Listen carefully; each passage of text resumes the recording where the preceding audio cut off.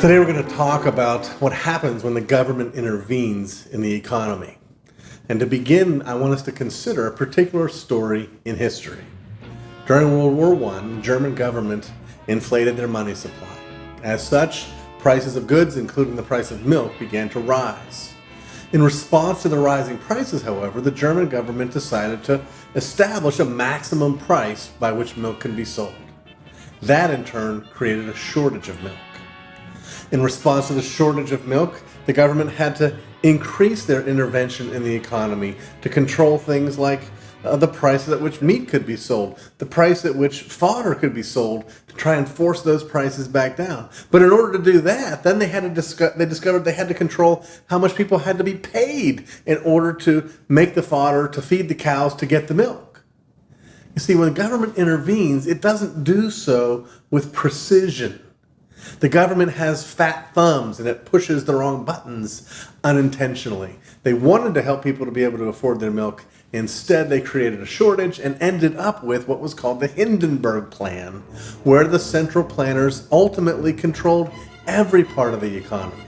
A system that continued until the end of the war and was taken up again later when another man came to rule in Germany soon after.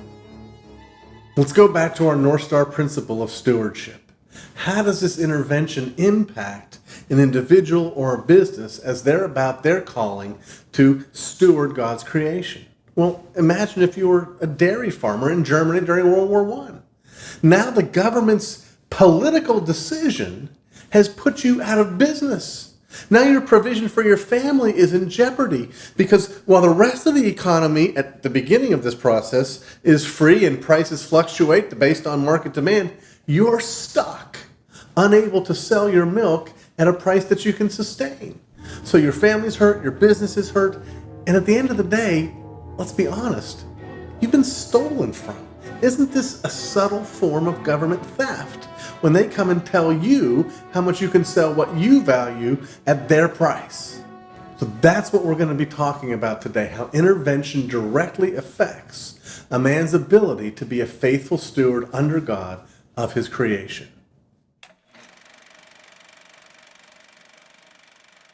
We've been talking rather badly about the government for a while, but I want us to remember something we established earlier, that the government does have a role to play in the economic realm, an extremely limited role, however. God gives the state the power of the sword in order to protect life and property.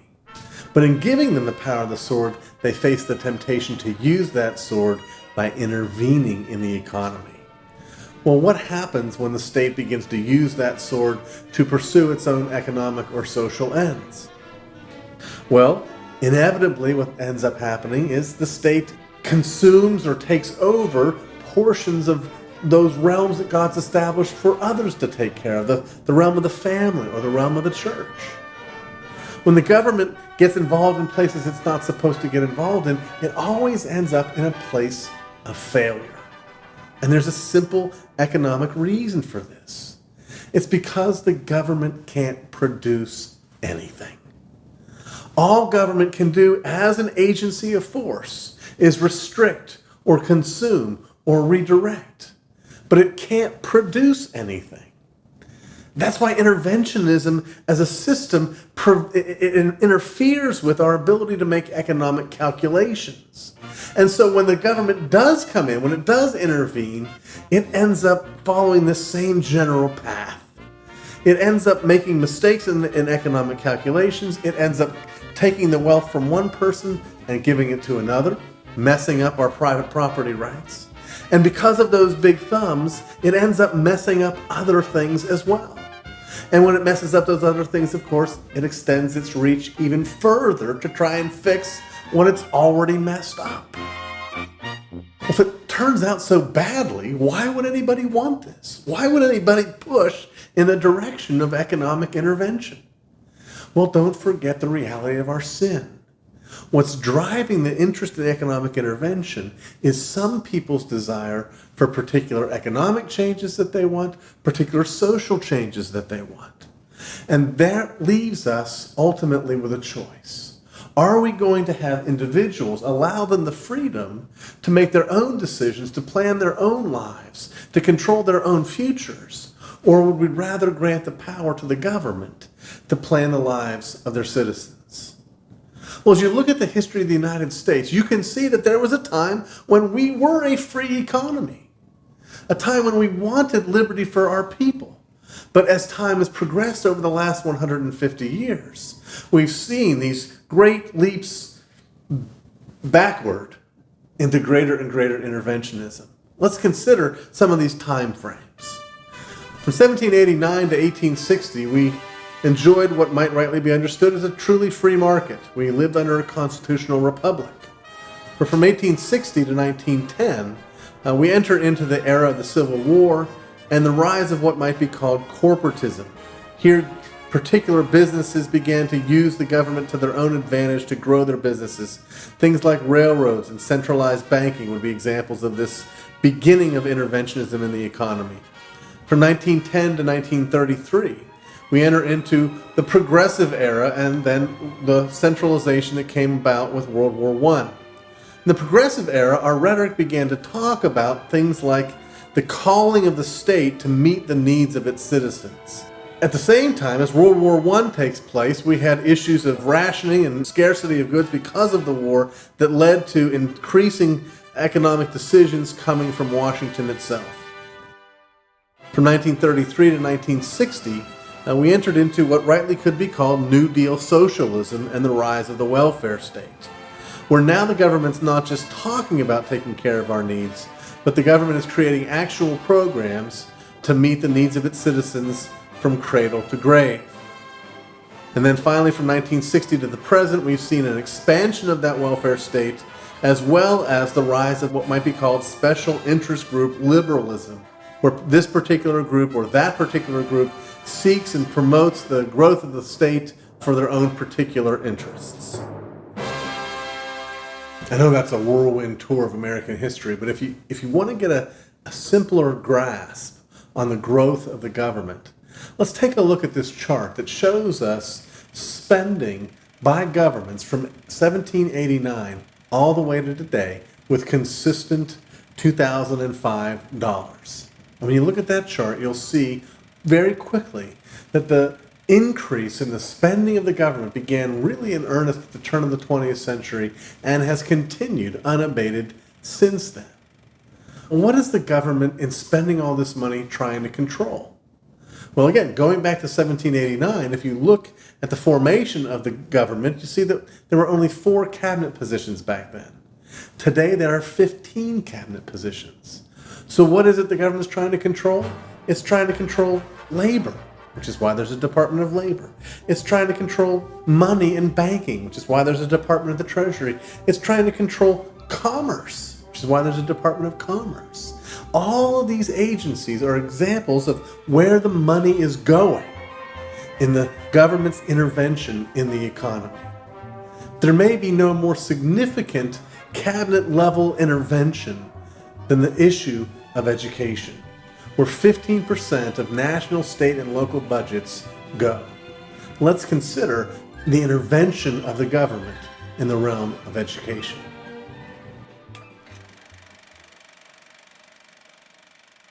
It's important that we start with education policy for 2 key reasons.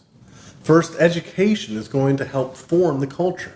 It's going to help shape how we think and understand about economic issues, about the proper role of the government, about what liberty is all about.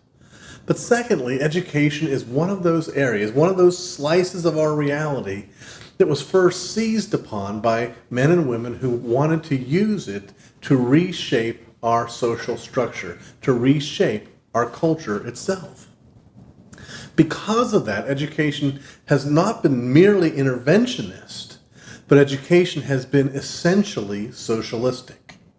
I know that's hard to swallow, but hear me out, please. Think about this. Education, public education in this country is funded by the redistribution of wealth. It is controlled by a centralized bureaucracy. It is compulsory, and it is also atheistic. Now, I'm just one guy. I've got my opinion. But let's hear from someone else who has an opinion on the same question. Albert Shanker, who was president of the American Federation of Teachers, had this to say. It's time to admit that public education operates like a planned economy, a bureaucratic system in which everybody's role is spelled out in advance, and there are few incentives for innovation and productivity. It's no surprise that our school system doesn't improve. It more resembles the communist economy than our own market economy. First, let's consider the structure of the government school system. First of all, we need to understand that because it's a government-run monopoly, where everybody has to pay for it, whether they use it or not, that this drives out the price structures, competition, etc. It doesn't allow for and prevents real economic calculation in the field of education. Secondly, we need to remember that, again, money is taken from some taxpayers and given to other taxpayers. It's a redistribution of wealth and therefore, again, an attack on God-given property rights. But remember the unintended consequences that come from intervention. When the government steps into the education area where it's not properly called to be, it doesn't merely leave things the same, it makes things worse. And when it makes things worse, feeling its call to fix everything, it grows still more.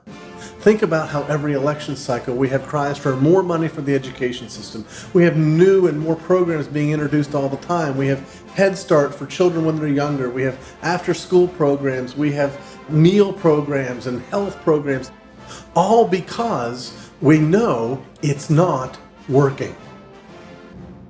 Now, friends, please understand me.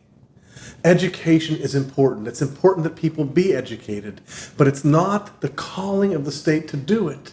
And in fact, if we just look back in history, we can see that 100 years ago, before the growth of compulsory education laws, people were far better educated than they are today. 100 years before that, even better educated. Remember, in 1860, the debate between Stephen Douglas and Abraham Lincoln went on for 6 hours. And regular, ordinary people sat and listened to complex arguments over that time period. Well, how is the content socialistic? Well, remember that all education is inherently religious.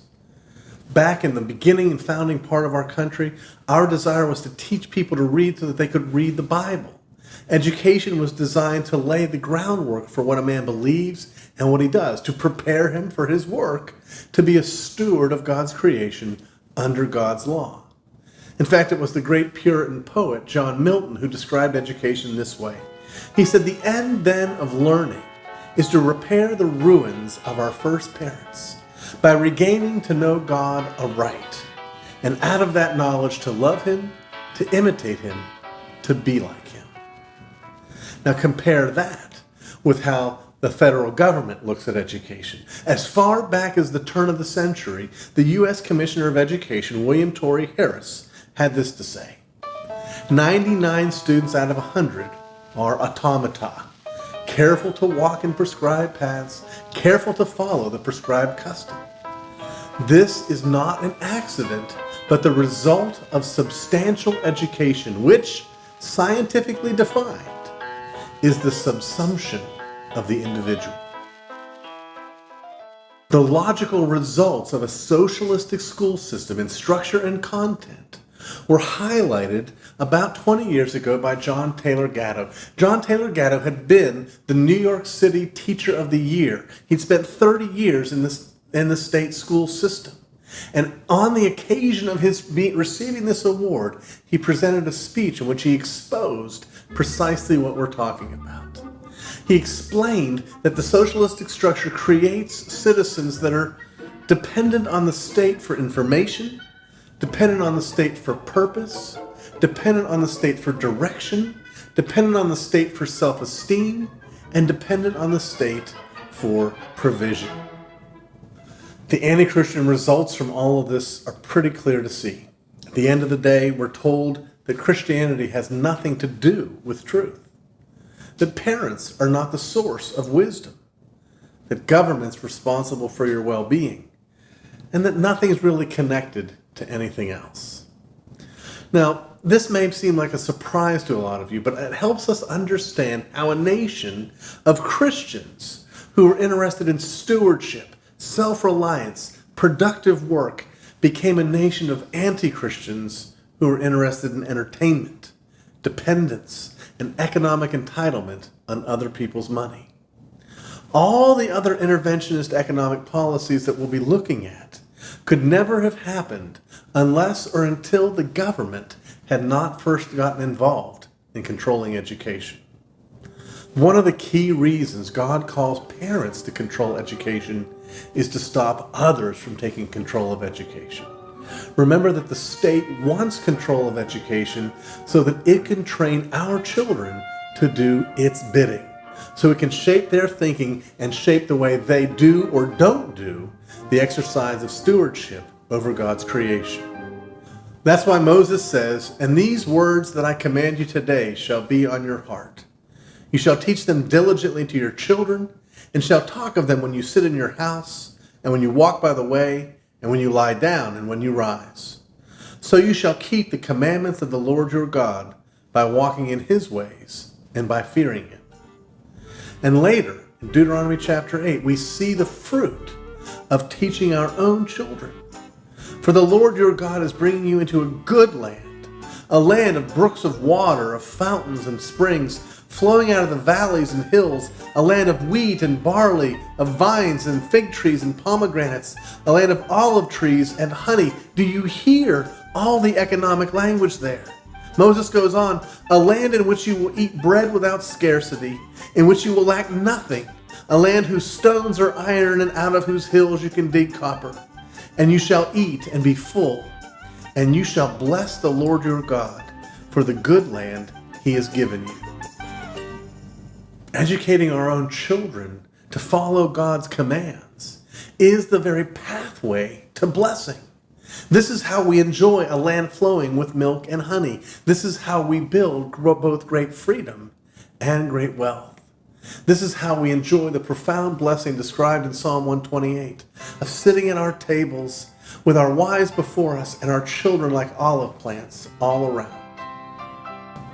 I don't want us to miss the connection.